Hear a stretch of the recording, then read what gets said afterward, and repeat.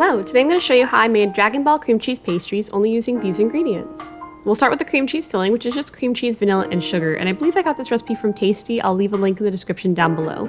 After you finish blending the cream cheese filling, set aside, and we're going to work on our stars. I'm going to skin some of the strawberries, just cut thin slices, and we'll use this fondant cutter of a star to punch out the star shapes. In total, you're going to need 28 stars to make 7 Dragon Balls. Now we don't want to waste the rest of the strawberry, so just chop it up and set it off to the side. We'll use it to fill the pastries later. Now I'm going to use this store-bought puff pastry, which comes with 2 sheets. I'm only going to use 1 sheet because I used the other sheet and half the filling for the Pokeball pastries I made. But if you use both sheets and all the filling, you can make 14 Dragon Balls. Now thaw your puff pastry for about 30 minutes to an hour so it's pliable like this, and then we're going to start rolling it out. I really just made it longer, that was my goal. Now I really should have floured my work surface first, but better late than never.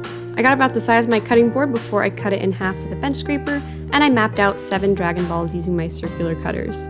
I'm not pressing all the way down, just enough to make an indent, and notice I didn't have quite enough room for the 7th, so I pulled it out a little bit and made just enough room. Now I'm going to start dolloping on the cream cheese filling and make sure there's plenty of room on the edges so I'll be able to seal them.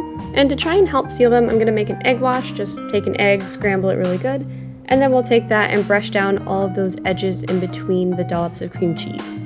Now sometimes the pastries still burst open, but this seems to help a little bit. Now we're going to start adding our fruit, just taking some of those chopped up strawberries from earlier. And I'm also going to throw in some blueberries. Raspberries are also delicious. Really, most fruits work pretty well in this. Now we're going to drape over the other half of our puff pastry and then try to outline each of those cream cheese fillings we made. And then I'll use that same ring cutter from earlier to punch out each of the circles.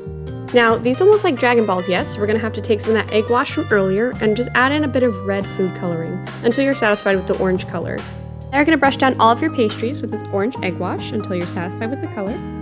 I added a lot to try and make sure that it was extra vibrant. Now our last step before baking is to add on our strawberry stars, add them in the pattern that you see in the Dragon Balls. And now we're ready to throw these into the oven at 375 degrees Fahrenheit for about 15 minutes. Keep your eye on them at the 13 mark so they don't overcook. Now because I overcooked my Pokeball pastries, I was paranoid of these getting overcooked, so I took them out too early and you can see some collapsed. Although this 2-star one still looks pretty good. Overall, this recipe was really easy, and I thought the pastries were absolutely delicious. If you love cream cheese and fruit, this is for you. Now, if you made it this far in the video, first of all, thank you. Second of all, you might want to check out my Pokeball pastries, because they're pretty similar, and they're also easy and delicious. Thank you guys so much for watching. I super appreciate it. If you want to, subscribe or leave a comment down below on what you think I should do next. Thanks. Bye.